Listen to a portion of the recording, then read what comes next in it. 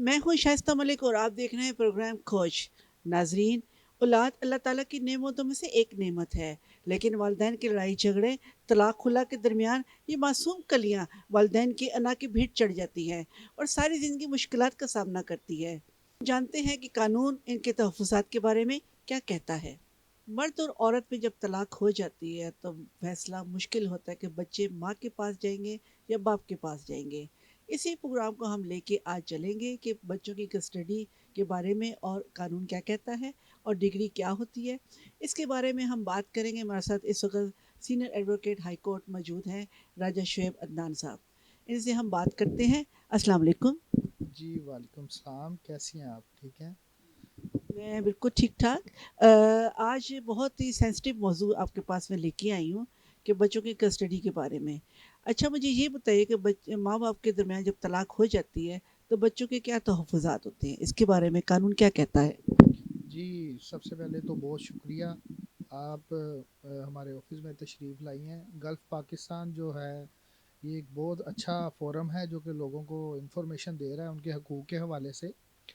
अच्छा, जैसा कि हमने पहले बात की थी कि जब शौहर और बीवी में तलाक हो जाती है तो बच्चे सफ़र करते हैं। तो आज का जो हमारा टॉपिक है वो है कि गार्डियन पे, कि बच्चों की कस्टडी और बच्चों की गार्डियन के हवाले से क्या पूरा कानून कहता है। उसमें यह है कि जब माँ और यानी कि उसका बाप है बच्चों का, वो अलहदगी इख्तियार कर लेते हैं, उनको गार्डियन और कस्टडी, जिसे हम उर्दू में ख़जानत कहते हैं, ख़जानत की ज़रूरत पड़ती है।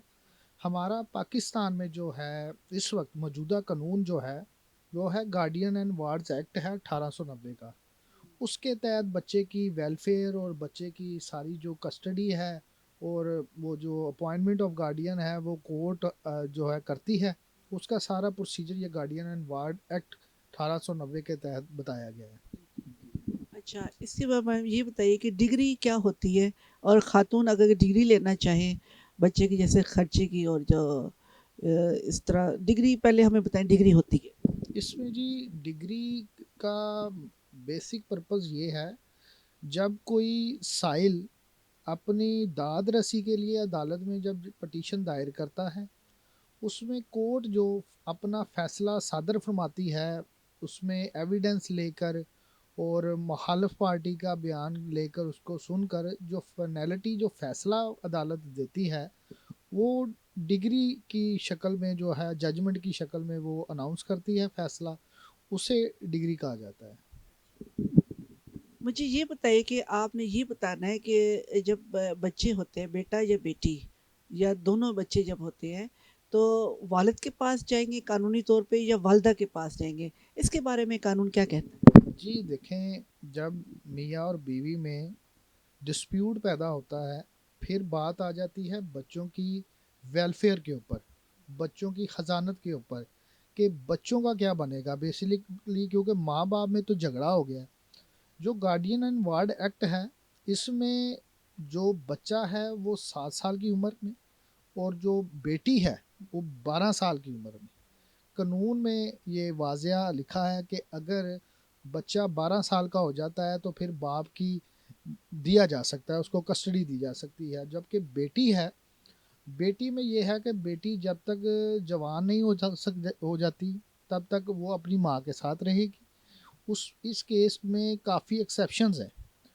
इसमें जो वेलफेयर जो होगी वो अदालत देखेगी कि दोनों बच्चों की, आया वो बेटी है या बेटा है, वेलफेयर किसके पास है, कस्टडी उसको दी जाएगी। और जबकि गार्डियन एक्ट के तहत बच्चे से मुलाकात करना, माँ मुलाकात करना चाहे या बाप करना चाहे या उनके ग्रैंड फादर्स करना चाहें, वो कानून पावर देता है मुलाकात करने के लिए। यानी कि आपका कहने का मतलब है ये अदालत तय करती है कि पूरा स्ट्रक्चर देती है कि किस दिन और कितने दिन वो बाप मिल सकता है अपने बच्चों से, ये दादा दादी जो भी है, ठीक है। तो ये बताएं कि अगर कई दफ़ा वालदेन नहीं होते हैं, फिर बच्चों की सरपरस्ती किसके पास जाती है। जी, बहुत अच्छा सवाल किया आपने।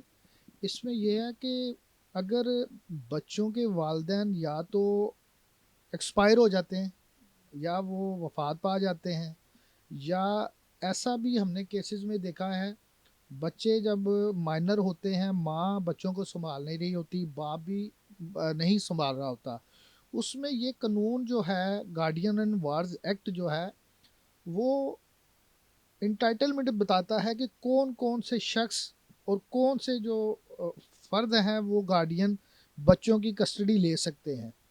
उसमें बच्चों के दादी दादा, नानी नाना, बच्चों के क्लोज रिलेटिव्स और उसके अलावा उनके फ्रेंड्स जो कि उनकी फैमिलीज़ में, वो सब लोग जो हैं वो बच्चों की कस्टडी ले सकते हैं, उनका गार्डियन सर्टिफिकेट ले सकते हैं गार्डियन कोर्ट से, जो कि हुकूमत पाकिस्तान हुकूमत पाकिस्तान गार्डियन कोर्ट्स जो है अपॉइंट करती है। हाई कोर्ट जो है डिस्ट्रिक्ट की, वो उसे रूल्स करती है, रेगुलेशंस वो बनाती है। फिर वो उन्होंने देखना होता है कि जो बंदा गार्डियन सर्टिफिकेट के लिए बच्चों के लिए अप्लाई करता है कोर्ट में, फिर कोर्ट उस शख्स की इंटाइटलमेंट देखती है कि अगर वो फिट फॉर गार्डियन सर्टिफिकेट है या नहीं है। ये बेसिकली जो ड्यूटी होती है ये कोर्ट की होती है कि जो शख्स बच्चे का गार्डियन अपॉइंट होना चाह रहा है या कस्टडी लेना चाह रहा है, जी बिल्कुल, वो सब उसका कंडक्ट अच्छा होना चाहिए, वो क्रिमिनल रिकॉर्ड होल्डर नहीं होना चाहिए उसका, यानी कि वो बच्चे की वेलफेयर के लिए अच्छा काम कर सके। अदालत के पास ये पावर है कि वो गार्डियन अपॉइंट कर सके। अच्छा, कई दफ़ा ऐसा होता है कि वालिद इतना स्ट्रॉन्ग नहीं होता माशी तौर पे, वालदा ज़्यादा स्ट्रॉन्ग होती हैं, तो क्या अदालत में बच्चे वालदा को दे देते हैं? जी देखें, इसमें डिफरेंट चीज़ें हैं। इसमें अगर माँ जो है वो एक वेल सेटल्ड है फाइनेंशियली, बिल्कुल बच्चों की वेलफेयर कर सकती है। बाप जो है वो नहीं इतना साब इस्ताद कि वो अपने बच्चों को पाले, या बच्चों को, अब ये कि वो बच्चों को अगर रोटी नहीं खिला सकता तो वो तलीम नहीं दे सकता। माँ तो ये बेहतर एक तलीम गाह भी है।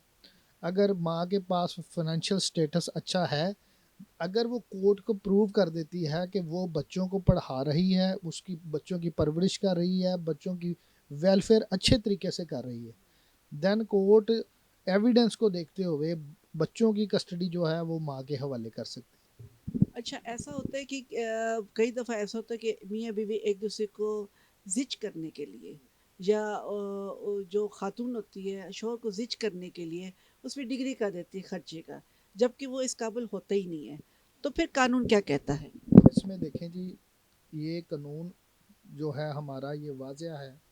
अगर बच्चे दो हैं, एक हैं या 10 हैं, बच्चों के खर्चे की जिम्मेदारी बाप की है, चाहे वो कमाता है या नहीं कमाता। शरीयत में, इस्लाम में भी यही है कि बच्चे जो हैं वो पालने उसके बाप ने। माँ बेशक जॉब करती है, वो पेमेंट बच्चों को पाले, पर बाप की भी उतनी जिम्मेदारी है वो बच्चों को मेंटेनेंस दे। जब औरत फैमिली कोर्ट में आकर बच्चों के खर्चे का दावा करती है, देन कोर्ट जो है वो बच्चों का खर्चे का दावा डिग्री करती है। उसमें बाप लाजमी अपने बच्चों का खर्चा देगा। अगर वो बच्चों का खर्चा नहीं देता तो उसे जेल देखनी पड़ेगी। अगर जेल से वो, यानी कि इम्प्रिजनमेंट होकर भी अगर वो खर्चा नहीं देता, अगर उसके पास बाप के नाम पे अगर कोई प्रॉपर्टी वगैरह उसके नाम पे लगी हुई है, देन कोर्ट के पास ये पावर है कि अगर वो बच्चों का खर्चा नहीं देता, अगर दावा डिग्री हुआ है, तो उसकी प्रॉपर्टी को सेल करके वो बच्चों को खर्चा दिया जाएगा। नहीं, मैं ये आपसे सवाल कर रही हूँ कि बाप इस काबिल ही नहीं है कि वो, उसका रोज़गार ख़त्म हो चुका है या वो अपाहज हो चुका है या कोई भी मसला हो चुका है कि वो बच्चों की परवरिश नहीं कर पा रहा, उनको खर्चा नहीं दे पा रहा, तो सज़ा भी ले लिए, तो फिर अदालत क्या कहती एक बंदा है, उसको जेल हो जाती है, वो बच्चों को खर्चा नहीं देता, वो मैक्सिमम 1 साल उसे जेल होगी। वो 1 साल जेल काट कर जब बाहर आ जाता है, तो अगर वो साबित हैसियत दोबारा नहीं होता, तो वो जो खतून है बच्चों का जो खर्चा मांग रही है शख्स से, वो दोबारा केस नहीं कर सकती उस पे। हाँ, बड़ी जिम्मा हो जाएगा 1 साल जेल काट कर। हाँ, अगर खतून किसी तरीके से ये उसे पता चल जाता है कि जनाब जो बंदा जेल काट कर आया है वो साबित हैसियत हो गया, उसके पास दोबारा कहीं से पैसे आ गए हैं, या उसने अपना घर बना लिया या बैंक बैलेंस बना लिया है, वो खतून दोबारा उसी डिग्री पर खर्चे का दावा करेगी और उस शख्स से रिकवरी करवाएगी दोबारा अपने बच्चों के खर्चे की। और अगर वो साबित हैसियत होता है तो उसे दोबारा खर्चा देना पड़ेगा बच्चों का, कानून ये कहता है। अच्छा मुझे ये बताइए कि कितनी एज तक बच्चा एक खर्चा माँ ले सकती है? देखें जी, बच्चा जो है, लड़का खसूसन, बच्चे की है 18 साल उम्र। जब तक वो अपनी मच्योर एज में नहीं आता, बाप जिम्मेदार है, वो बच्चे का खर्चा देगा, और अनटिल अनलेस बच्चा जॉब करना शुरू कर दे। दूसरा ये है लड़की का, लड़की की जब तक शादी नहीं होती, जो बाप है वो लाइबल है बच्ची का खर्चा देने के लिए। जी। अच्छा मुझे ये बताएं कि कितनी उम्र के बाद बच्चे से कोर्ट पूछ सकती है कि आपने वालिदा के साथ रहना है या वालिद के साथ रहना है? क्या ऐसा कोई कानून है? जी बिल्कुल है। हमारी अदालतों में आए रोज़ ऐसा होता है कि बच्चों की जो स्टेटमेंट है उसको एडमिट किया जाता है, उसे प्रेफरेंस दी जाती है। अदालत जब बच्चे को तलब करती है अपने सामने, जो जज साहब हैं वो बच्चे का इंटरव्यू करेंगे, और उसमें एज बच्चे की जो है वो 7 साल है, लड़की की 12 साल है। और अगर जज ऑफ द कोर्ट अगर ये कंसीडर करे कि वो जब बच्चे का इंटरव्यू कर रहा है और उन्हें समझ आए कि बच्चा हर क्वेश्चन को अच्छे तरीके से जवाब दे सकता है, वो एक यानी कि वो क्वालिफाइड इनके सेंस में है, कुछ चीज़ें समझता है, देन वो उसकी स्टेटमेंट को कंसीडर किया जाएगा कि आया वो बाप के पास रहना चाहता है या माँ के पास रहना चाहता है। और कोर्ट को इसके साथ बच्चे की स्टेटमेंट के साथ साथ वेलफेयर भी बच्चे की देखनी पड़ेगी, जो कि कोर्ट ही कंसीडर करेगी। अच्छा एक चीज़ मेरे और ज़हन में आ रही है कि जब बच्चे कोर्ट कचहरी आते हैं क्योंकि बहुत छोटी उम्र में वो कोर्ट कचहरी देख लेते हैं तो उनके ज़हनों पे बहुत बुरा असर पड़ता है। तो क्या कोर्ट ऐसे बच्चे कई नफसियाती हो जाते हैं तो क्या कोर्ट उनको माहिर नफ्सियात देता है ताकि इन बच्चों की तरबियत और उनकी जो शख्सियत है उसमें मनफी पहलू ना आए? तो क्या वो माहिर नफ्सियात कोई वहाँ रखे जाते हैं या ऐसा कोई कानून है? जी देखें, पहले तो ये था सिस्टम के गार्डियन केसेस जो थे वो यानी कि आम जो फैमिली जजेस हैं उन्हीं केसेस में सारे केस चल रहे होते थे। छोटे छोटे बच्चे भी आ रहे होते हैं, बच्चों को ज़ाहिर बात है उनकी फ्यूचर पे बैड इम्पैक्ट पड़ता है। बच्चे जो हैं कंफ्यूज होते हैं कि हम घर से हटकर हम किस जगह पर आ गए हैं। अब तो यकीनन हम हाई कोर्ट ने, जो कि चीफ जस्टिस साहब ने ये इनिशिएटिव लिया है, अब तो इवनिंग कोर्ट्स भी लग रही हैं। वो स्पेशल फैमिलीज़ के लिए, गार्डियन के डिस्प्यूट्स के लिए, उनको रिजोल्व करने के लिए इवनिंग में गार्डियन कोर्ट्स लगा दी। उन्होंने कहा कि इवनिंग में कोर्ट्स में भी एक बच्चों को फैमिली माहौल दिया गया है, जिसमें बच्चों के टॉयज़ वगैरह और बच्चों की सारा विजिटिंग रूम्स बना दिए गए हैं, जिसमें बच्चों को ये फील नहीं होने देते कि ये एक अदालती सिस्टम में आपके वालिदैन डिस्प्यूट में हैं और आपकी यानी कि कस्टडी से रिलेटेड जो भी केसेस हैं यहाँ पर पेंडिंग है। यकीनन जो आपका सवाल है उसमें ये है कि जब माँ बाप में लड़ाई झगड़े शुरू हो जाते हैं, ज़ाहिर बात है अदालतों की भी मजबूरियाँ हैं। बच्चों को अदालतों में लाया जाता है और फैसले किए जाते हैं, उनकी स्टेटमेंट्स ली जाती हैं। पर मैं समझता हूँ लाहौर में ख़ास तौर पर ये काफ़ी हद तक उन्होंने जो है एजुकेट कर दिया है कि बच्चों की जो है वो अदालतें हैं उनको उनको भी रेनोवेट किया गया है, और वो तमाम जो मामलात हैं वो इवनिंग में लेकर आ रहे हैं, ताकि फैमिलीज़ को भी फील ना हो कि हम अदालतों में यानी कि मॉर्निंग में जैसे आम दूसरे साइल हैं, दूसरे केसेस भी साथ ही सुने जा रहे होते हैं, उससे वो डिफरेंट यानी कि इवनिंग कोर्ट्स में ये प्रोसीजर कर रहे हैं। अच्छा क्या कानून ऐसा है कि जब वो किसी बच्चे को वालिदैन के हवाले करती है, वालिद या वालिदा के हवाले करती है, तो क्या उसके करैक्टर के बारे में वेरिफिकेशन की जाती है कि कई दफ़ा ऐसा होता है कि मर्द का करैक्टर ठीक नहीं होता या औरत का करैक्टर ठीक नहीं होता, जिससे बच्चों की तरबियत पे बहुत बुरा असर पड़ता है। तो क्या वेरिफिकेशन के लिए अदालत के पास ऐसा कोई कानून है? जी बिल्कुल है। ये गार्डियन एंड वार्ड एक्ट में प्रोविज़न है रिमूवल ऑफ गार्डियन। जब अदालत किसी बंदे को एक बच्चे का गार्डियन अपॉइंट कर देती है और बच्चे की कस्टडी उस गार्डियन के हवाले कर देती है, अगर कोई भी ओपन एंड पार्टी वो ये समझती है कि जो बच्चा है जिसे वार्ड कहा जाता है और उसकी जो वेलफेयर है वो इन सेफ हैंड्स नहीं है, वो एप्लीकेशन देगा जज को। गार्डियन जज को एप्लीकेशन दे के उसमें सारे ग्राउंड्स बताएगा, जी ये जो है अब्यूज़ कर रहा है, वायलेशन कर रहा है गार्डियन सर्टिफिकेट की, इसका क्रिमिनल रिकॉर्ड है, इसकी एक्टिविटी अच्छी नहीं है। ये सारी ग्राउंड जो कि थ्रू एविडेंस प्रूव होंगी, और वही गार्डियन जज साहब जो गार्डियन अपॉइंट करेंगे उनके पास पावर है कि उस गार्डियन सर्टिफिकेट को रिवोक कर दें, गार्डियन सर्टिफिकेट को कैंसिल कर दें और बच्चे की कस्टडी जो है एक किसी और गार्डियन या किसी थर्ड पार्टी को दे दी जाए। बिल्कुल जज साहब के पास पावर है। अगर जैसे थर्ड पार्टी के पास ये आ जाती है, वो अच्छे तरीके से उसको पालता है, तो क्या उसके लिए भी कोई तहफ़्फ़ुज़ात हैं? कानून देता है उनको? जी बिल्कुल।